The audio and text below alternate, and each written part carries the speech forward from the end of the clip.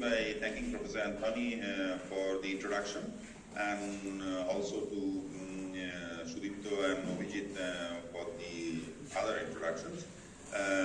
And I thank all the organizers for giving me this opportunity to present in this forum.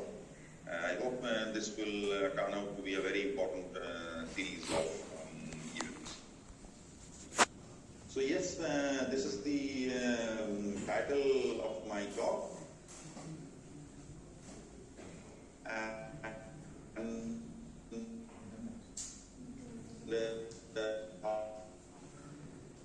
can see it can be factored into small a into capital A plus capital B. So although this expression in the beginning was written as an expression of the totality of the two worlds, it can be factored out into something of the world of small letters multiplied by something of the world of capital letters. And one can have other examples like this, more complicated ones, for example this one. Again, this somewhat complicated looking expression can be factored out into two parts. One which contains only small letters and the other which contains only capital letters. But then you of course know that there are expressions which cannot be factored. So for example this one, this small a into capital A plus small b into capital B, this cannot be factored into something of the small world, something of the world of small letters, and something of the world of capital.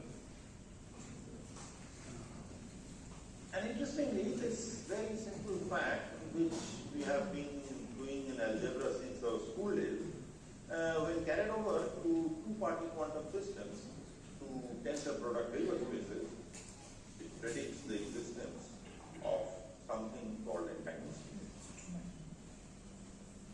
So we will make it a bit more formal. We will consider two-party states. So entanglement at the least requires two parties, and it can be of more parties also, but at the least requires two. And we will be focusing only on two-party states, two-party systems in this talk. And this it is said that when you have a talk on entanglement, it is a crime not to show pictures of Alice and Bob. So I will show you two pictures, whom I will call Alice and Bob. So here is my Alice, and here is my Bob. And yes, they are called Alice and Bob. But of course, it's only the A and E that matters here. And so someone told me that one can call them Akbar and Birbal. Some of my younger students had other ideas, but I will stick to and call them Alice and Bob. And so, let us now give an operational definition of entangled states. So suppose Alice and Bob are in two separate locations, and they are in two laboratories. And in Alice's laboratory, she produces a state and she calls it R1. She calls up Bob. They have a phone line between the two labs, and tells Bob that yes, I have prepared R1. Bob correspondingly produces capital R1. And then the combined state is this R1 tensor R1, small R1 tensor capital R1.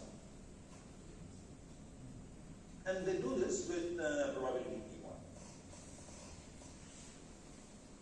And with probability P2, they produce some R2 tensor R1, and so on. These operations where there are two or more labs involved, and they act in their own laboratories and can communicate by a phone line, for example, some classical channel. This is referred to as LOCC, local operations and classical communication. And so the states that can be produced by LOCC are of this type. probabilistic mixture of product states of the two parts. And these states are called separable states or unentangled states. Everything else is entangled. And there do exist such states. There are states which cannot be expressed in this form and hence cannot be prepared by you. And such entangled states can and has been prepared in several physical systems. More interestingly, probably, they are useful.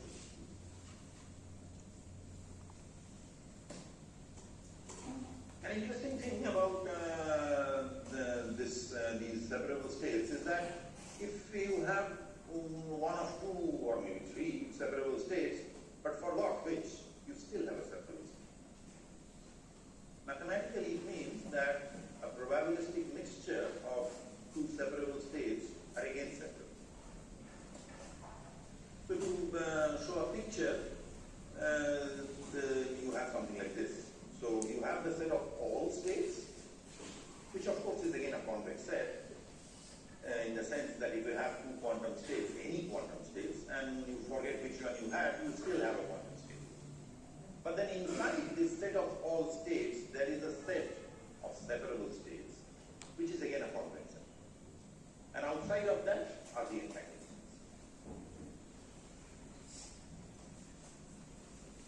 We'll be back to this later on, but currently we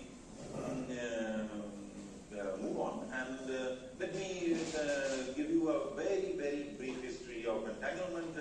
The theoretical predictions began in around 1935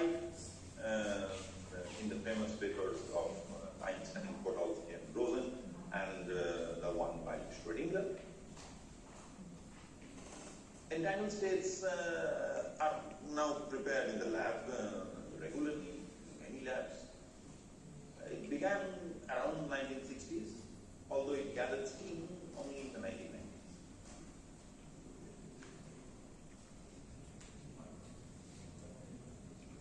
So please ask me any questions if you want, if you have any.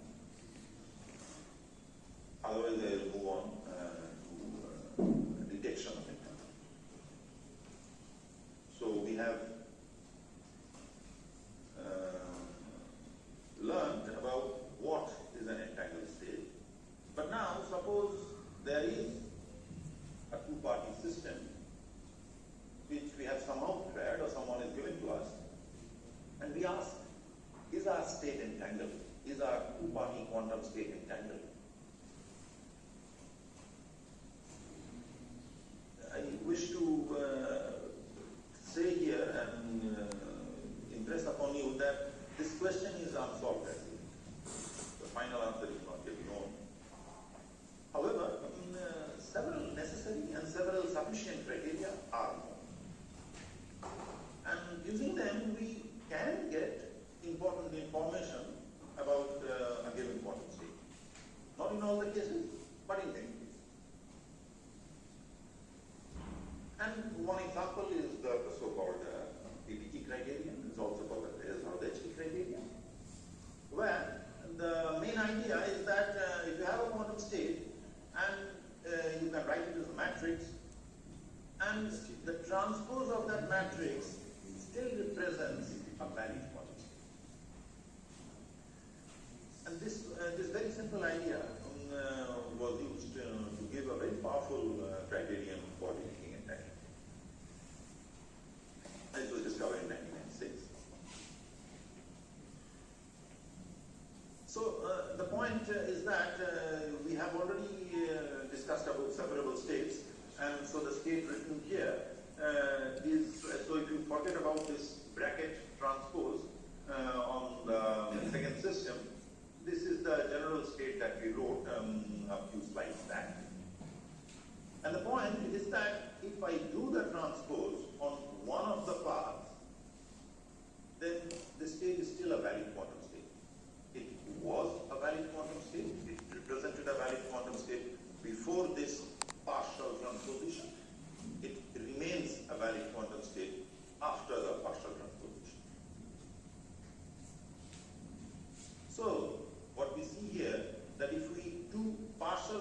transposition, separable states remain valid quantum states. Many entangled states, though not all, they don't remain valid quantum states.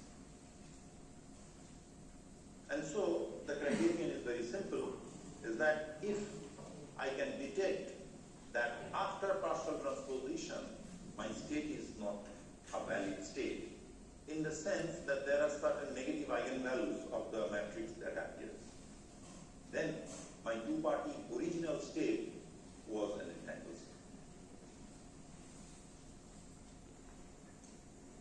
The converse is not true in general, but is true for small systems, for two spin-off systems, and for systems in which one part is spin-up and the other part is spin-1. Yeah, as I said, it's not true for general systems. So for example, for two spin-1 systems, this criterion is not necessary in fact. It's still a criterion, but it's not sufficient. Sorry, it's not necessary. But an important property that is shared by positive partial transpose states, states that remain positive under partial transposition, is the convexity. This is the same property that is there for separable states. So that if you have two PPT states, two or any pi, but you forgot which one you had, you still have a PPT state. So mathematically, the probabilistic mixture of two PPT states is again a PPT state. So we come back, as we promised, to those eggs. So we now have a third egg in our basket, which is the set which locates the set of PPT states. So if you know that your state is not PPT, any PPT, then you for sure know that the state is entangled. If it is PPT, then you don't know it. Maybe entangled, maybe not.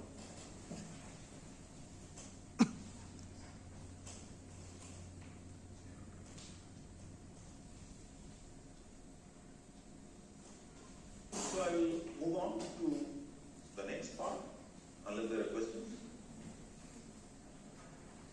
to the quantification of entanglement.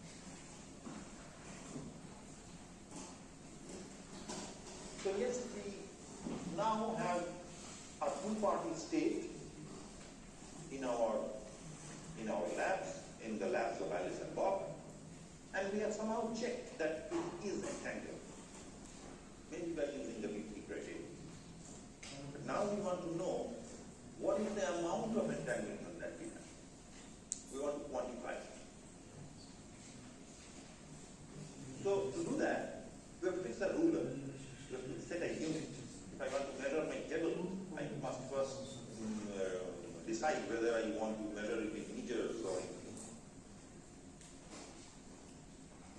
Now for that, we look at the literature, the history of quantum information, and we find that the singlet state turns out to be a very useful state for many technologies.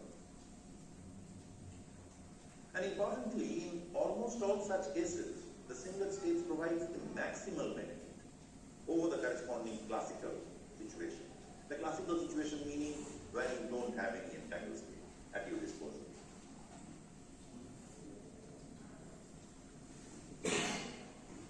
Looking at this, we decide that the entanglement content of the singlet is to be considered as maximum. And we set it arbitrarily to 1. It's like calling some length as 1 centimeter, or 1 meter, or 1 feet.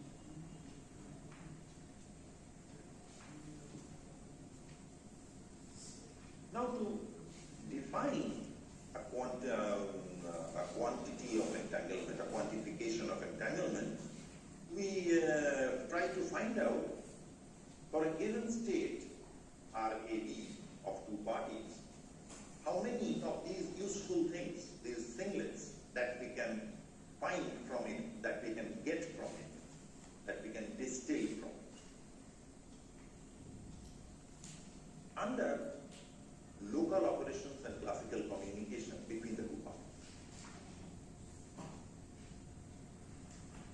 consider an asymptotic scenario. We consider many copies of the state, and from that, we try to get as many copies of singlets as possible, always using LOCs.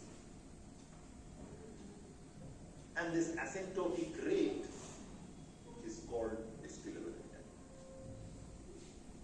The actual definition contains a lot of epsilon and delta, but this is sort of a hand-waving definition. The actual definition requires some more effort.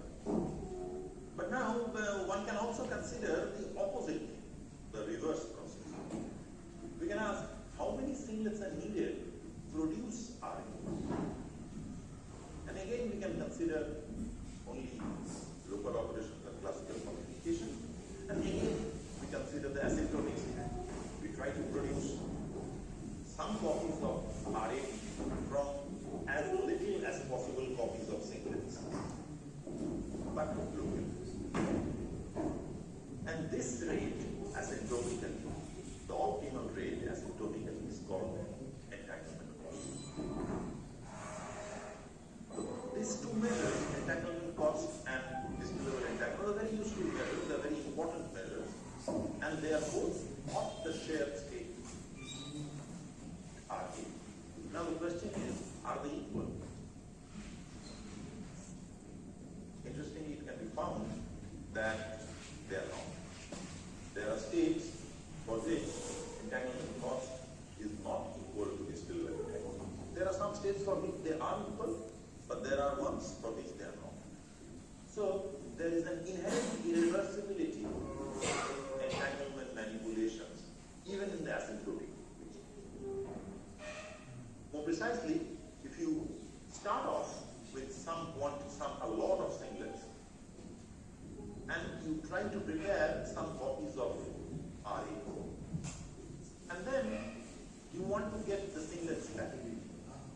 The entire process is to be done under LOCs, local operations and classical communication. And we will do it asymptotically. We will find that the rates are not the same, so the process is not reversible.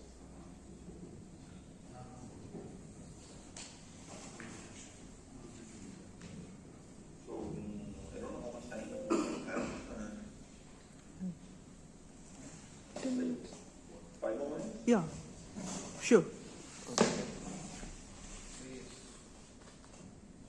Yes, sir.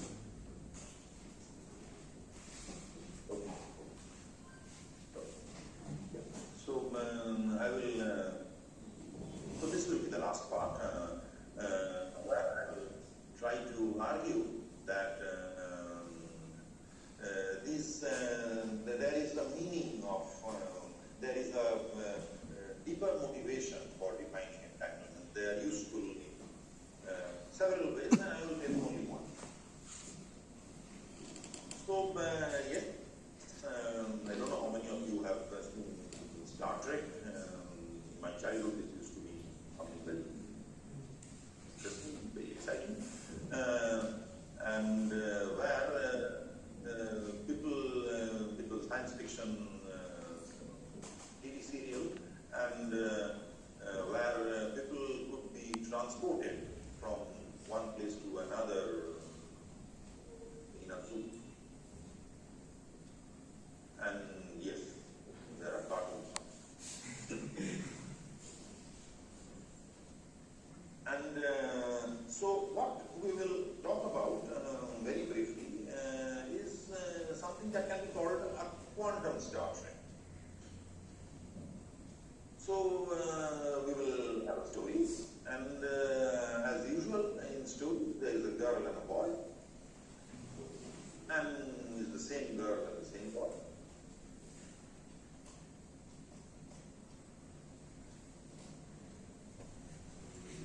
Now, a story, Alice is the center of formation, and Bob is either of the same point.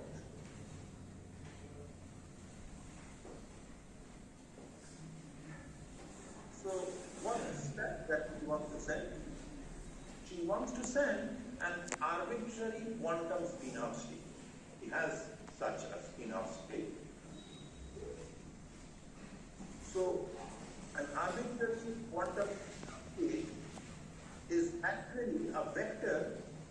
two-dimensional complex Hilbert space.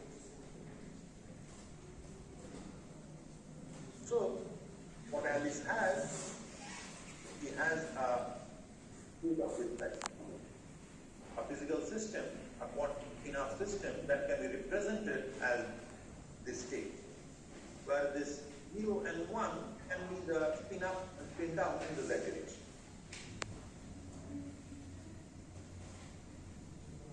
This A and B are two complex numbers.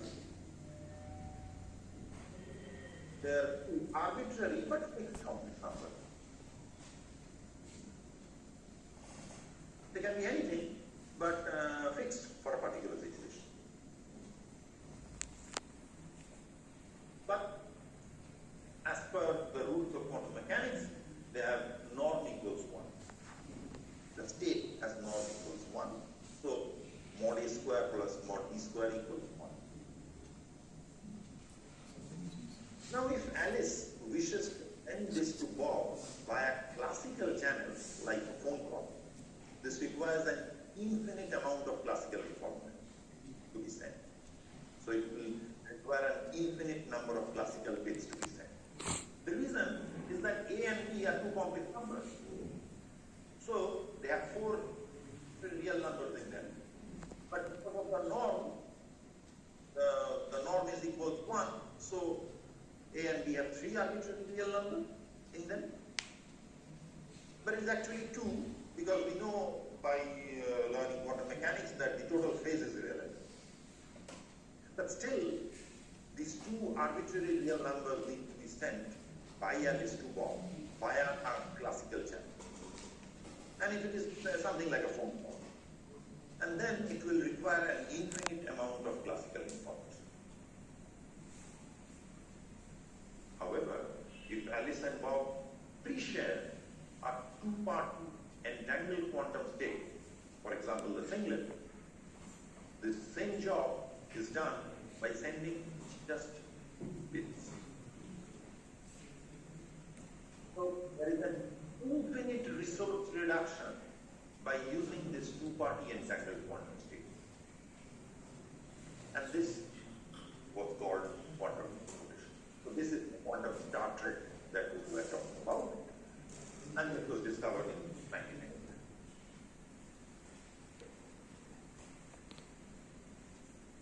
Quantum teleportation has been implemented in several physical systems, but notably in photon systems. This brings me to the concluding slides. So,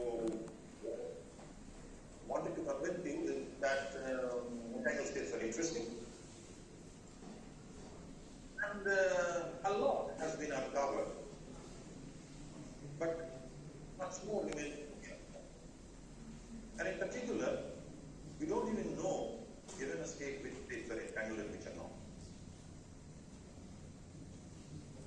The quantities that I talked about, this distillable entanglement and entanglement cost, their values are known for a very small number of states. It would be very good if we can know it for much more states.